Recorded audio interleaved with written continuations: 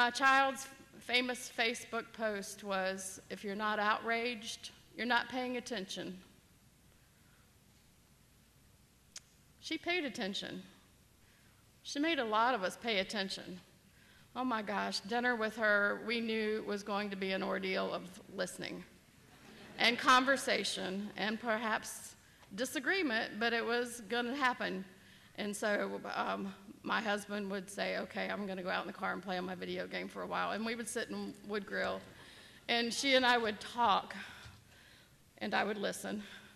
And we would negotiate, and I would listen. And we talked about all this stuff. We talked about politics. We talked about anything that caught her eye that she felt was fair, unfair. She'd talk about her feelings about the office and how things were going. I mean, she just talked. The girl loved to talk. And she was single, so there was nobody to listen at home, so Mama got a lot of it. And that was wonderful. You never think you're going to bury your child. You never think to take those pictures. They asked me for pictures for this, and I struggled. I had pictures from her childhood. But I had to go to Facebook to find pictures of my child because we were always together. I saw her a couple times a month at least, and we would text each other fairly often, and we would Facebook message at bedtime, "I love you. I love you. You doing okay? Yep, I love you." So I have no regrets on that part. Take pictures of the ones that you love because you don't know when they're not going to be there. But here's what I want to say to you today. This could be a storm in a teacup, and it could all be for nothing. I could have said, let's don't do this publicly. Let's have a small private funeral. But, that's not who Heather was. Anybody who knew Heather said, yep, this is the way she had to go, big and large. Had to have the world involved because that's my child. She's just that way. Always has been, and she will continue to be. Because here's the message. Although Heather was a caring and compassionate person, so are a lot of you. A lot of you go that extra mile. And I think the reason that what happened to Heather has struck a chord is because we know that what she did is achievable. We don't all have to die. We don't all have to sacrifice our lives. They tried to kill my child to shut her up. Well, guess what? You just magnified her.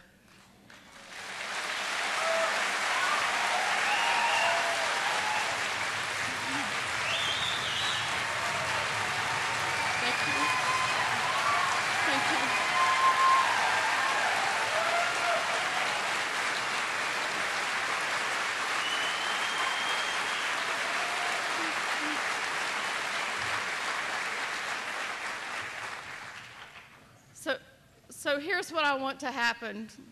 You ask me, what can I do? So many caring people, pages of pages of pages of stuff I'm going through. I'm reading pages of pages of pages, how she's touching the world. I want this to spread. I don't want this to die. This is just the beginning of Heather's legacy. This is not the end of Heather's legacy. You need to find in your heart that small spark of accountability. What is there that I can do to make the world a better place? What injustice do I see and want to turn away? I don't really want to get involved in that. I don't want to speak up. They'll be annoyed with me. My boss might think less of me. I don't care. You poke that finger at yourself like Heather would have done, and you make it happen. You take that extra step. You find a way to make a difference in the world. My child had a high school education.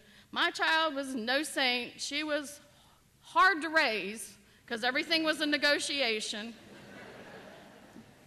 Not kidding. But you know what? She was a firm believer in whatever she believed. And let's do that. Let's find that spark of conviction. Let's find in ourselves that action. Let's spread this. Let's have the uncomfortable dialogue. It ain't easy sitting down and saying, well, why are you upset? It ain't easy sitting down and going, yeah, well, I think this way, and I don't agree with you. but I'm going to respectfully listen to what you have to say. We're not going to sit around and shake hands and go kumbaya, and I'm sorry, it's not all about forgiveness. I know that that's not a popular trend. But the truth is, we are going to have our differences. We are going to be angry with each other. But let's channel that anger not into hate, not into violence, not into fear, but let's channel that difference, that anger, into righteous action.